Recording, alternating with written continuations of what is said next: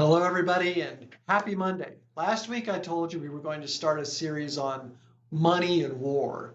All right, so Greg, why the topic besides I kind of obsess on it? Something happened, it was a few weeks back now. Do you remember when the stock market fell 1,200 points in like the first hour of trading? Everything was going down. And people were blaming, the banks in Japan and the ripple effect it caused, and down we go. There were a few things that were up that day that nobody really talked about. At the end of the day, oil was up in the face of all that selling. Oil was up 0.5%. Food, that exchange traded fund that deals in agriculture, was up 1.25% when everything else was dropping. And the third thing that was up that day was Lockheed Martin stock. All right, what's the common denominator between Lockheed Martin, oil, and food? And I know what you're saying, war. Exactly. The market was telling us something back during that crash that there were buyers coming in those three sectors. And maybe it wasn't all about Japanese banks, but something else they were anticipating and they wanted to buy. So let's talk about oil first.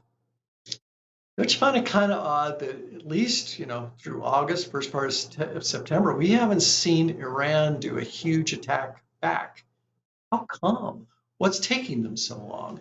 Well, my guess is they're preparing. Russia has been sending them air and missile defense systems. They've been sending them electronic warfare systems. They've been sending them missiles. Pakistan sent the Shaheen 3 missile to Iran.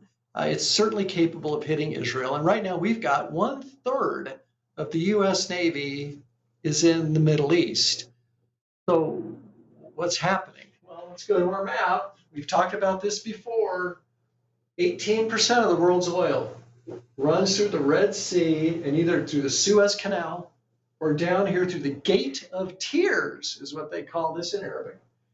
This is where those tankers are being destroyed.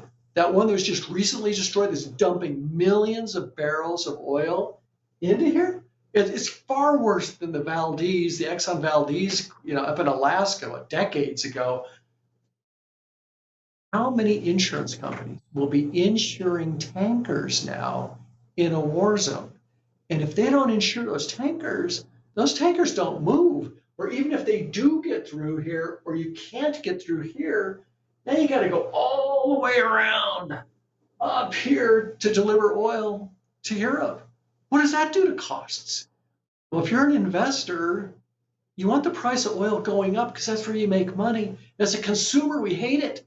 But as an investor, you want the price of your product rising and one that people must have. And of course, here's the Persian Gulf. We've talked about that little hook right there before, the Strait of Hormuz. There's Iran right there. 22% of the world's energy runs through here, and 18% through here. 40% of the world's energy in a war zone. That's what I believe the market was telling us back when we saw that crash. It wasn't the crash you should have focused on. It was what was going up during that crash. So, are we invested in oil? Yes. Do we want rising oil prices? No. But we're seeing reality. It looks like this is going to escalate. I don't see anybody backing down here. So it's not the way we want the world to be, but the way that it is. So we're investing so we can help you through this, even though it might be some rough times ahead. So with that, not the most cheerful discussion today, but next week, let's discuss the food part. Why was agriculture up that day? I think the defense stock thing pretty much tells its own story. So with that, I'll turn it over to Walt.